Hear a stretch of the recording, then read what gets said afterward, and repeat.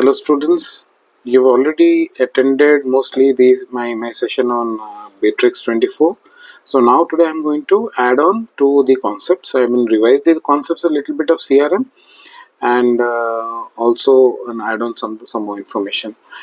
Now also let me tell you that my idea is basically to help you out in your internship interviews, the questions that you would be facing in that. Also, in case of your placement interviews as well, this is going to help. So after this, we will also have a live interactive session for those for clarifying any doubts.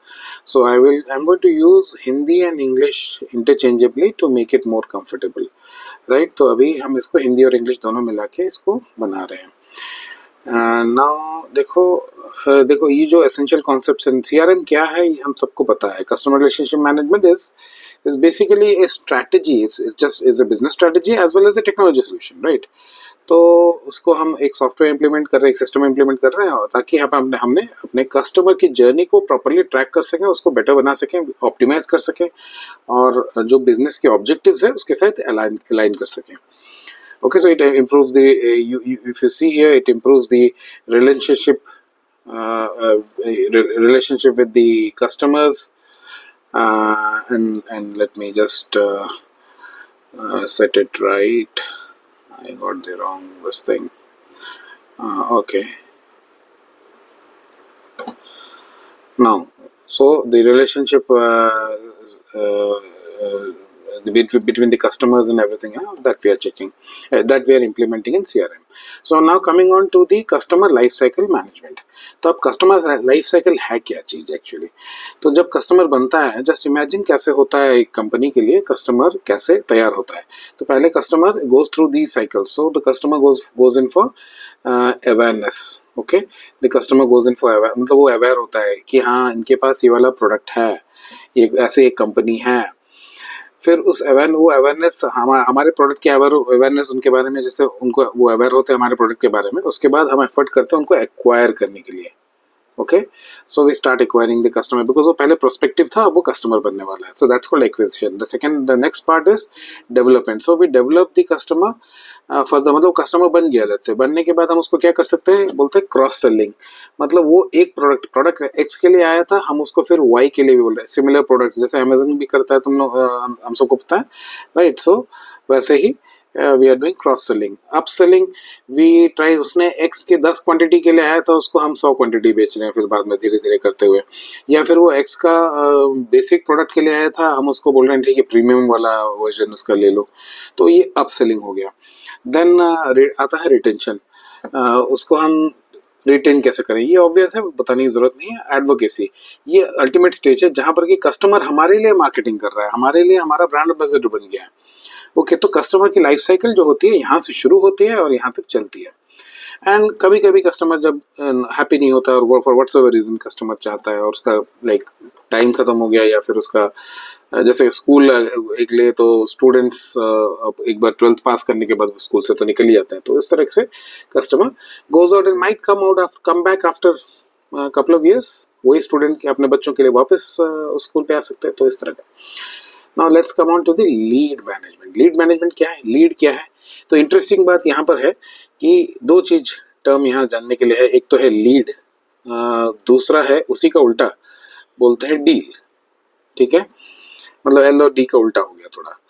तो ये दोनों चीज हमको यहाँ समझने की जरूरत है. तो लीड वो है जैसे कस्टमर बनने से पहले हमें मिलता है कि अच्छा वहां पर कोई है, उसको वो चाहिए ये चीज, तो मुझे मिला है कि इसको let's say we are a vehicle showroom ना, 2 व्हीलर शोरूम. तो मुझे मिला है कि कोई एक 2 व्हीलर ढूंढ रहा है अपने लाइक, या फिर किसी की शादी होने वाली है वो शादी के लिए, या फिर किसी की जॉब लग गई है वो पहले सैलरी में उसको 2 व्हीलर खरीदनी है, या फिर लाइक यू नो जो भी.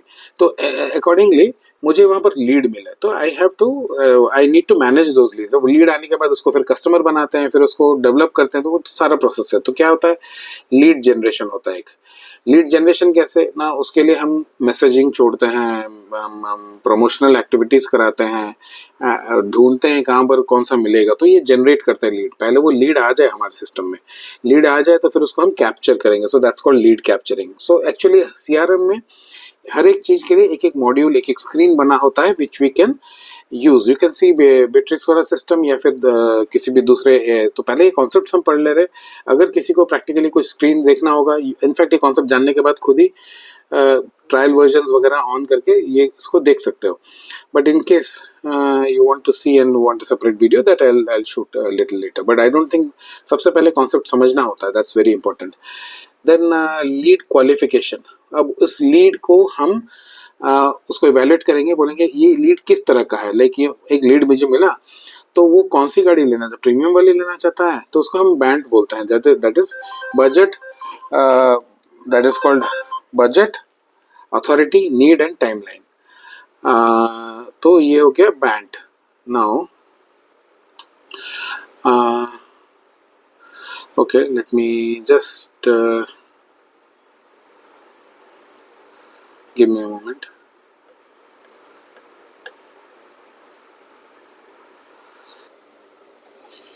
Okay, to continue, so we were talking about the lead qualification band, that is using the band strategy, that is budget. मतलब वो लीड कितना बजट एक्सपेक्ट, हम उससे कितना बजट एक्सपेक्ट कर रहे हैं, उनके पास अथॉरिटी है या नहीं डिसीजन लेने के लिए, या फिर लाइक उनको उस चीज़ की कितनी नीड है, कितनी स्ट्रॉन्ग नीड है, और वो किस timeline, how much time are we thinking of closing the deal. Okay, तो ये इसके लेके हम उस लीड को थोड़ा और क्वालिफाई और एडिशनल डेटा भरते हैं basically. Then we do need nurturing. When we say need nurturing, इसका मतलब है we are building relationship through targeted communication. So like उनको जैसे और मोटिवेट करें या फिर उनको और थोड़ा बिल्ड करें, जैसे नर्चरिंग मतलब डेवलप कराना। And then we convert the lead into our sales customer. Deal में उस लीड को हम डील में कन्वर्ट कर लेते हैं। तो ये होता है lead conversion. Now talking about contact and account management. Okay, now contact and account management क्या है? बेसिकली जैसे हम कोई भी अपॉर्चुनिटी या कुछ हमें कुछ मिलता है कि चलो यहाँ पर इनको, बेसिकली एक तरह से बोले तो कॉन्टैक्ट इंडिविजुअल होता है और account is a company based और ऑर्गेनाइजेशन बेस्ड। तो हमें किसी का कोई मिला कि ये खरीदना चाहते हैं, let's say LCD projectors, okay, हम सेल कर रहे हैं। तो उस केस में प्रोजेक्टर्स कौन खरीदना चाहता है, कोई इंस्टीट्यूशन हो सकता है या फिर कोई कंपनी हो सकती है, तो वो हो गया हमारा अकाउंट। उसमें से एक बंदा है जो उनका डिसीजन टेकिंग अथॉरिटी है या फिर इनिशियल वो अपना परचेज देख रहा है, तो वो है हमारा कॉन्टैक्ट। या जैसे like I hope you understand, right? So the person, so एक कॉन्टैक्ट हो सकता है, दो कॉन्टैक्ट हो सकते हैं, एक पर्सन जो परचेजर है और then the other person could be decision authority, ऐसे करके। तो एक अकाउंट, उसमें दो तीन कॉन्टैक्ट हो सकते हैं। तो ये हमें फिर लाइक बेसिकली इससे क्या होता है कि in CRM this helps us to do more analysis, do better like classification, calculation, targeting, उन सब में ये हेल्प करता है। Now let's look at the sales pipeline and funnel. ये है क्या चीज़? सेल्स पाइपलाइन सबको पता होगा। सेल्स पाइपलाइन को हम एक्चुअली नॉर्मली हॉरिजॉन्टल दिखाते हैं और फनल को हम वर्टिकल वे में दिखाते हैं। This we are discussed in the Bitrix session as well. तो बेसिकली एक लीड यहाँ घुसता है, फिर जो आउटपुट निकलता है, there could be two outputs. One is success, that is you win, और लॉस। ओके, मतलब ये एक सेल्स के लिए कस्टमर तो रहता है, CRM के अंदर ही रहता है, बट ये हमारा जो एक डील के लिए हमने इसको पाइपलाइन क्रिएट किया था, लीड अंदर डेवलप हुआ, वी डिड नर्चरिंग, डेवलपमेंट सारा, फिर फीडबैक। उन्होंने बोला हम 1 महीने के बाद खरीदेंगे, 2 महीने के बाद खरीदेंगे, या फिर हमको वो चाहिए। तो हमारा ये लूप में चलता रहा, उन्होंने कुछ बोला, हमने कुछ बोला, उन्होंने कुछ बोला, हमने कुछ बोला, ऐसे तो घूमता रहा। तो कभी कभी इसमें क्या करते हैं, हम इसमें वेरिएशंस निकालते हैं कि ओके ये अभी बोल रहे हैं कि 2 महीने के बाद, ठीक है 2 महीने के बाद फॉलो अप, ये सारे हैं 1 महीने बाद फॉलो अप, ये इमीडिएट लेने वाले में से है। तो ऐसे कुछ हम बॉक्सेस भी बनाते हैं। तो बट ये जो बॉक्सेस होता है ये सारा पाइपलाइन के अंदर होता है सारा। ओके, तो एक बार एक इंफॉर्मेशन, एक लीड घुसा पाइपलाइन के अंदर, then after it comes out of the pipeline as a success, which is a win, that it gets converted, or else it's a loss, that is it is the final outcome। तो we don't lose. So lead generation, lead qualification, फिर उसके हम need analysis करते हैं, उनको value propose करते हैं कि देखिए ये सॉल्यूशन है आपकी, जो आपकी नीड, उनकी नीड एसेस करने के बाद उनको वैल्यू देते हैं। Then we do a make a proposal and pricing quotation वगैरह करके, एंड फिर उसके बाद वो नेगोशिएट करते हैं कि नहीं भाई थोड़ा प्राइस कम कर दो, थोड़ा बढ़ा दो, हम बोलते हैं तो इतना में नहीं होगा, तो जो भी normal negotiation, and then finally it ends with a win और ए लूज भी लाइक ऐसा हो सकता है अभी उन्होंने नहीं लिया, मे बी अगले साल ले शायद, या 5 साल बाद ले, तो उसको हम लेके पोटेंशियल कस्टमर वगैरह में अपना जो स्ट्रैटेजी होता है उस पर रखते हैं। तो ये हो गया सेल्स पाइपलाइन। अब फनल है क्या चीज? फनल भी उसी तरह का एक चीज है, बट उसमें क्या है कि हम देखते हैं कम लाइक कितने लोग पहले लीड जनरेशन 100 लोगों ने हमको अप्रोच किया, 100 लोगों को हमने जैसे उनमें से कुछ लोगों का हमारे प्रोडक्ट के प्रति इंटरेस्ट पैदा हुआ, सब लोगों का नहीं हो सकता, हो भी सकता है नहीं भी हो सकता है, बट ज्यादातर क्या होता है थोड़ा कम जाता है, 100 है तो ये शायद अराउंड 90-95 हो सकता है इंटरेस्ट। सो इसमें स्टेजेस क्या है फनल में? एक पहला है awareness, after awareness they develop interest, and when they are interested, some of them out of all those who are interested, some of them may say okay we are considering buying, हम सोच रहे हैं अभी ले लें, हमें इसमें bike में इंटरेस्ट है पर अभी सोच रहे हैं हम उसमें ले लें और हम थोड़ा देखना चाहेंगे, we would like to evaluate. So that is considering. So everybody who is interested may not consider, some of them will, but जो लोग कंसिडर कर रहे हैं उसमें से कुछ लोग बोलेंगे हाँ हम खरीदना चाहते हैं, एक्चुअली हम कंसिडर तो कर रहे थे आपके प्रोडक्ट को बट हम खरीदना चाहते हैं अब, इंटेंट। ओके नाउ एंड वो इंटेंशन के बाद फिर वो इवेल्युएशन करेंगे, फाइनली पूरा फाइनल इवेल्युएशन कि सही है, प्राइस सही आ रहा है, प्रोडक्ट भी सही है, वो नहीं है, इवेल्युएट करेंगे। तो हर स्टेज में क्या होता है कुछ ना कुछ लोग कम होते जाते हैं। तो अगर देखो सबसे नीचे वाला जो चीज होता है वो सबसे नैरो होता है, सबसे ऊपर वाला स्टेज ब्रॉड होता है, एक फनल की तरह होता है ऐसे। तो जो सब इसमें घुसते हैं और यहाँ से कन्वर्ट होकर निकलते हैं, वही पाइपलाइन की तरह है बट ये थोड़ा पर्सपेक्टिव अलग है। इन दोनों में डिफरेंस क्या है वो भी हम देख लेंगे, बट आइडिया आई गेस सबका क्लियर है। तो सीआरएम का पर्पस क्या होता है कि इस सेल्स पाइपलाइन में हम ये लॉसेस मिनिमम करें, विंस ज़्यादा करें, और इनमें जो फ्लो हो बहुत स्पीड से फ्लो हो, मतलब आज लीड जनरेट हुआ फटाफट वो कस्टमर में लाइक कन्वर्ट हो जाना चाहिए जितनी जल्दी हो सके। तो एफर्ट रहता है CRM will try to make it smoother, faster, efficient. In case of funnel वहाँ पर होता है कि फनल का शेप ऐसा है या ऐसा है या ऐसा है, देख रहे हो ना, मतलब इसमें क्या है कि ऊपर का जो हिस्सा है, ये ऊपर का हिस्सा ऑलमोस्ट सेम है, नीचे का हिस्सा और ऊपर का हिस्सा सेम ही है, ज़्यादा कम नहीं हुआ, यहाँ पर बहुत कम हो गया, यहाँ पर मीडियम कम हुआ।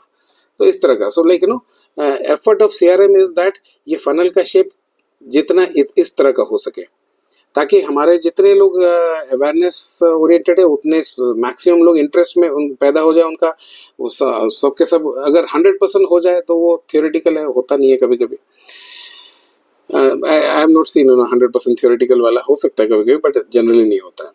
Now coming on to the differences, अब क्योंकि ये सारे questions you might get in internship and this placement interviews.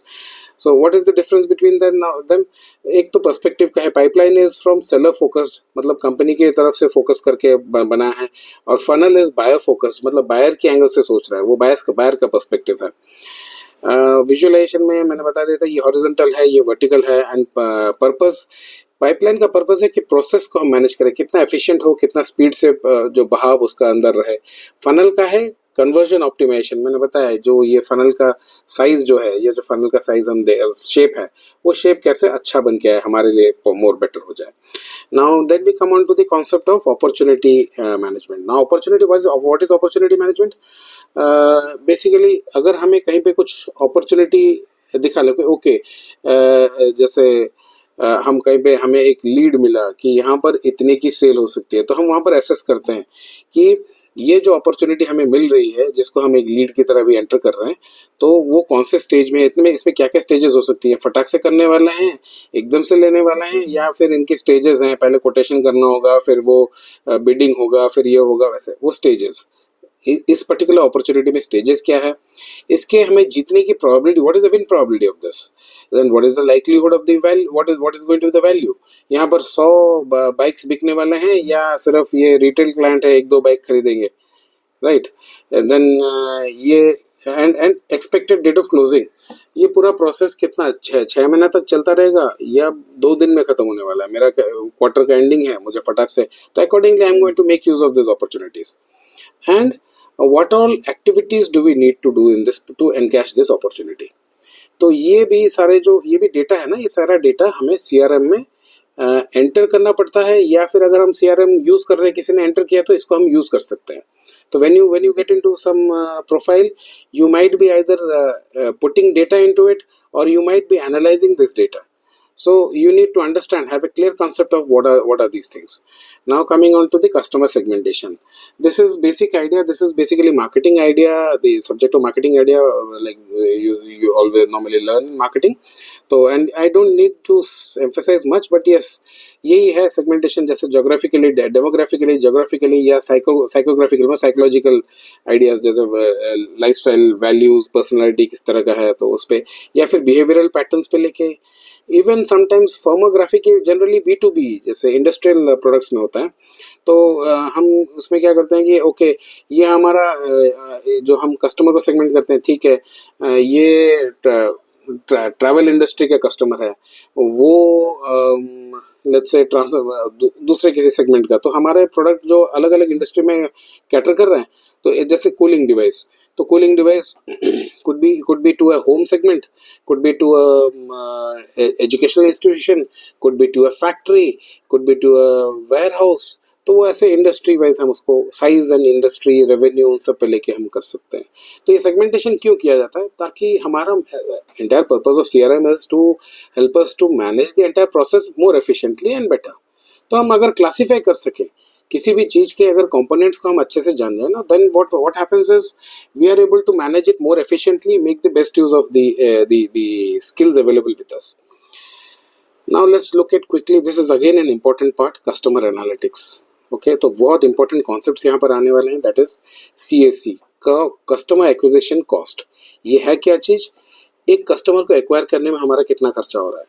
Please remember, this is not just specific to एक कस्टमर को, हमको उसको एक्वायर करने के लिए उसके लिए हमने कितना इंसेंटिव दिया, उसके लिए हमने कितना मार्केटिंग किया, कितना सेल्स एक्टिविटी किया, कितना प्रमोशन किया। नो, ऐसा नहीं होता, सिर्फ उसके लिए नहीं। We have to know that's generally an average cost, मतलब मैंने Y कस्टमर्स एक्वायर किए और मैंने X खर्चा किया, तो मेरा Y/X हो गया CAC। ओके, वैसे अलग अलग कॉम्प्लेक्स वेज से इसको कैलकुलेट किया जा सकता है, बट ये बेसिक आइडिया है तो अंडरस्टैंड कस्टमर एक्विजिशन कॉस्ट। तो मेरे उसमें से मेरा जो X जो खर्चा हुआ है, शायद कुछ ऐसे कस्टमर्स के लिए भी खर्चा हुआ जो कि उसको लिए ही नहीं, हो सकता है, बट मेरा टोटल खर्चा हुआ ना। तो ऐसा है कि मैंने अगर X अमाउंट खर्चा किया, तो उसमें से मेरे को पता है कि मुझे अराउंड Y लोग तो मेरे लेंगे ही लेंगे, कौन से Y लेंगे वो नहीं पता, बट देन लेंगे। So that is my sorry, I told you the reverse one, it is X by Y, मतलब my cost per customer। okay, so it is X by Y, customer acquisition cost। next है customer lifetime value। customer lifetime value मतलब customer आता है, आके हमारे से purchase करता है, एंड वो लेट्स से एक बार, 2 बार, 3 बार, जितना भी करेगा, till the time the customer is sticking on to us, customer is going to buy something, so we can calculate अपने लाइफ टाइम मतलब वो कब तक जिंदा है वो नहीं है, मतलब कब तक हमारे ऑर्गेनाइजेशन से जुड़ा हुआ है तब तक, तो and may be long term तक रह सकता है, तो वट एवर इट इज। तो अपने उस टाइम के अंदर वो कितना रेवेन्यू हमारे लिए जनरेट कर रहा है, उसको हम प्रेडिक्ट करते हैं स्टार्टिंग में, और बोलते हैं कि this is the customer life time value. Of course, we do like अगर we are doing over a multiple years and time value of money भी इसमें लगा के कैलकुलेट किया जाता है। तो बट बेसिकली आइडिया ये है कि इन कस्टमर का वैल्यू, लाइक रेवेन्यू वैल्यू कितना है। देन कन्वर्जन रेट, कितने लोग हमारे कितने लीड्स आए थे और कितने कन्वर्ट हुए, परसेंटेज, वेरी सिंपल है ये, राइट। फाइनल कितने पहुंच रहे हैं और कितने आए थे। रिटेंशन रेट, अगेन मेरे कस्टमर्स आने के बाद मैंने उनको रिटेन किया 1 महीना, 2 महीना, 3 महीना, फिर उसके बाद लेट्स से कुछ कस्टमर निकल जाते हैं, उसको बोलता है चर्न। अगर चर्निंग होता है, चर्निंग होने से फिर कुछ निकल जाते हैं, कुछ जो रहते हैं, तो हाँ वी कैन कैलकुलेट कि 3 महीने में हमारा retention, with in 3 months what is the retention rate. So 6 months का रिटेंशन रेट कितना है, 6 महीने तक कितने लोग वापस हमारे साथ 6 महीने तक हमारे साथ जुड़े रहे। तो we calculate how many customers came and out of that how many stuck on to us for 3 months, how many for 6 months, तो 6 months conversion rate, retention rate हम कैलकुलेट कर सकते हैं, annual retention rate, 1 year retention rate, something like that.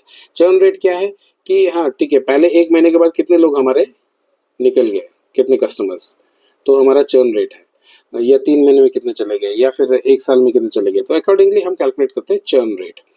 And then average deal size, तो total मैंने कितने deals किए और मेरा टोटल रेवेन्यू कितना हुआ, उसको लेके हम डिवाइड करके निकाल लेते कि एवरेज पर डील मेरा कितना वो हो रहा है, right.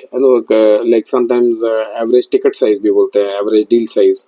Now sales cycle length, that is एक डील मेरा शुरू, एक लीड मेरा जनरेशन हुआ और वो डील पे कन्वर्ट हुआ, ऐसे कई सारे हुए, सब में किसी में 3 महीने लगा, किसी में 2 दिन लगा, किसी में 5 महीने लगा, तो उसको लेके हम कैलकुलेट करेंगे, विल फाइंड आउट कि एवरेज कितना टाइम लग रहा है। तो एवरेज साइकिल टाइम मतलब लीड से लेके डील बनता है वो कितना टाइम लगाता है। I hope these are clear. So basically ये सब में, सबके लिए डेटा सीआरएम में है और ये पैरामीटर्स भी सीआरएम में कैलकुलेट होता है। So when you if you are a CRM user, you can know that I can use this, and how you can use this वो भी हमने डिस्कस कर लिया। बाकी there are lots of other uses for that, you need to have a longer session. This is just quickly I'm trying to give you some idea. Marketing automation integration. Okay, now marketing automation integration, and how does it have relation with CRM? देखो CRM में campaign management भी होता है। If you have seen in Bittrex, or if you take any other this thing, you would see that campaign management होता है। For example, we have decided okay हम ये product launch कर रहे हैं, and then we have got these opportunity, उस opportunity को manage करने के लिए we are going to send some email promotions, we are going to conduct some event, some advertisement or something, or digital marketing करके हम उसको कर like budgeting करते हैं, टारगेटिंग करते हैं, एंड देन उसके बाद हम उसको लाइक मेजर भी करते हैं, ट्रैकिंग करते हैं कि कितना कितना हमारे उसमें से कितना लीड जनरेशन हुआ। Okay, so that's called campaign management. Email marketing I told in as a part of this. Lead scoring जैसे लीड आया तो लीड को हम फिर उसके बाद वो किस तरह से एंगेज कर रहा है, कितनी बार हमारे पास वापस आके हिट कर रहा है, उसको लेके हम रैंकिंग करते हैं। ओके, कितने कितने बार हमारे पोस्ट को उसने रिप्लाई किया है, कितना लाइक डाला है, ओके, और हमारा और उसके जो रिक्वायरमेंट्स में फिट कितना है, उसको लेके we do some lead scoring. Then content personalisation, this is again very obvious, I don't need to repeat. Multi-channel orchestration, that is we are going to not only use only digital marketing, we are not going to use just simple printed pamphlet leaflets, we are going to use multiple channels to reach a like उसको कोई influence कर सकता है, उसको भी हम find out करके CRM में एंट्री करेंगे, ये उसका इन्फ्लुएंसर है, ये उसके टीचर है, उनकी बातों को ये सुनता है, सुनती है, सुनता है, जो भी है ना। So that way we approach the lead through multiple channels. So that's called multi-channel orchestration, and CRM helps you to do that and track as well. Okay, and then CRM doesn't stop just with conversion into customer, it also post after sales service उस पे भी करता है। So we have case management, then we have service level agreements. Case management मतलब किसी का कोई बाद में प्रॉब्लम आया तो उसको एक टिकट रेज हुआ, फिर we track that, so tracking customer issues and resolution. Service level agreement, so whenever it is usually most of the things have a service associated, even if it's a product, तो कई बार उसमें agreement किया जाता है कि okay हमारी service 99% up time रहेगी या 99.9% अप टाइम रहेगी, तो ये सारे जैसे सर्विस लेवल एग्रीमेंट्स करके पैरामीटर्स फिक्स किए जाते हैं। Then it also helps us to create a knowledge base about the customer, self service information repository, and then जैसे कस्टमर भी आके कुछ जानना चाहता है, जैसे FAQs हो गया, तो वो सब भी मैनेज करता है ताकि कस्टमर्स हमारे अपने प्रॉब्लम्स कई बार खुद ही रिजॉल्व, सेल्फ सर्विस के थ्रू रिजॉल्व कर सके। देन कस्टमर फीडबैक, ये मैकेनिज्म भी बहुत इंपॉर्टेंट है, which is there in, I don't need to explain that, right. And about mobile CRM, it's obvious, I will not take time on unnecessarily on this, we know the advantages, you can go through this paper, this PDF also I'll be sharing with you. So that's the basic idea. I hope you have understood all these concepts. Quickly revise the things that we discussed in this one. So what is CRM we discussed, then we talked about the life cycle management, where customer there is a awareness, then we create awareness, we acquire the customer, develop the customer by doing some cross selling, upselling, then we like retain, and after the customer crosses the retention stage, the customer starts doing marketing for selling and becoming brand ambassadors for us advocacy. So we talked about lead management, lead getting converted into deal, the stages. There's a lead generation, lead capture, qualification, and lead nurturing and lead conversion. इसकी हमने बात की. फिर हमने बात की contact and account management. Like account is for the company, contact is for individual information. तो उनके name, title, phone number, email वगैरह सारा रिकॉर्ड होता है उसमें, बट ऑर्गेनाइज होकर रहता है basically. Then we talked about sales pipeline and funnel. Sales pipeline जैसे हॉरिजॉन्टल होता है, उसमें सेल्स पर्सपेक्टिव है, सेलर्स पर्सपेक्टिव है. उसमें हमारा ओरिएंटेशन रहता है कि हमारा लाइक लीड से डील कितनी जल्दी कन्वर्ट हो जाए और कितने ज़्यादा हमारे विन रहे, और उसमें जो फीडबैक है, जो लूप्स हैं, वो सारे उसमें कवर हो जाए. नाउ फनल केस में we are trying to measure कि हमारे पास कितने उसमें हम कोशिश करते हैं कि हमारे पास जो लीड्स आती हैं मैक्सिमम जैसे कन्वर्ट हो जाए. सेम है, बट देन इसमें the perspective is from the customers point of view, the buyers point of view rather. Okay, तो उसमें we talk about awareness, interest, consideration, intent and evaluation. So we approach each and every उस stage में, क्योंकि वहाँ पर show कर देते हैं किस स्टेज में कौन से कस्टमर्स हैं. Okay, so we'll discuss about some FAQs, some possible questions for internship and placement interviews. उसमें और थोड़ा डिस्कशन करेंगे. Opportunity management, where we identify whenever we get an opportunity, we identify ये कुछ पैरामीटर्स हम उसमें आइडेंटिफाई करके either कैलकुलेट करते हैं CRM में, या फिर हम आजकल जैसे AI इंटीग्रेट हो गया है तो काफ़ी सारी चीज़ें AI से पता लग रहा है. अदरवाइज अगर AI इंटीग्रेट नहीं है तो all of you are also have undergone my session on AI and agentic AI, so you know how to create AI agents. उसमें लगा के ये सारे पैरामीटर्स हम निकाल सकते हैं कि क्या विन प्रोबेबिलिटी है, क्या डील वैल्यू है, क्या क्लोजिंग डेट हो सकता है. कुछ तो कस्टमर से ही मिलेगा. Then we talked about customer segmentation, ये 4-5 methods which you all know. Then we talked about very important concept of CAC, customer acquisition cost and customer life time value. We talked about जैसे customer acquisition cost में कितना हमारा खर्चा हो रहा है, average कितना खर्चा हो रहा है एक कस्टमर को एक्वायर करने में, and customer life time value में हम एक कस्टमर का उसका लाइक लाइफ टाइम अब वो जितने दिन तक हमारे साथ जुड़ा रहेगा कितना हमें रेवेन्यू देने के चांसेस है. Cost conversion rate, retention rate, churn rate, ये have discussed. Average deal size and sales cycle length, that also we have discussed. And we talked about marketing automation integration, that is campaign management कैसे होता है, email marketing कैसे होता है, lead scoring क्या है, content personalization and multi-channel orchestration. And we also talked about the after sales service and the support management for the customer that we had that CRM provides. So this is basically it.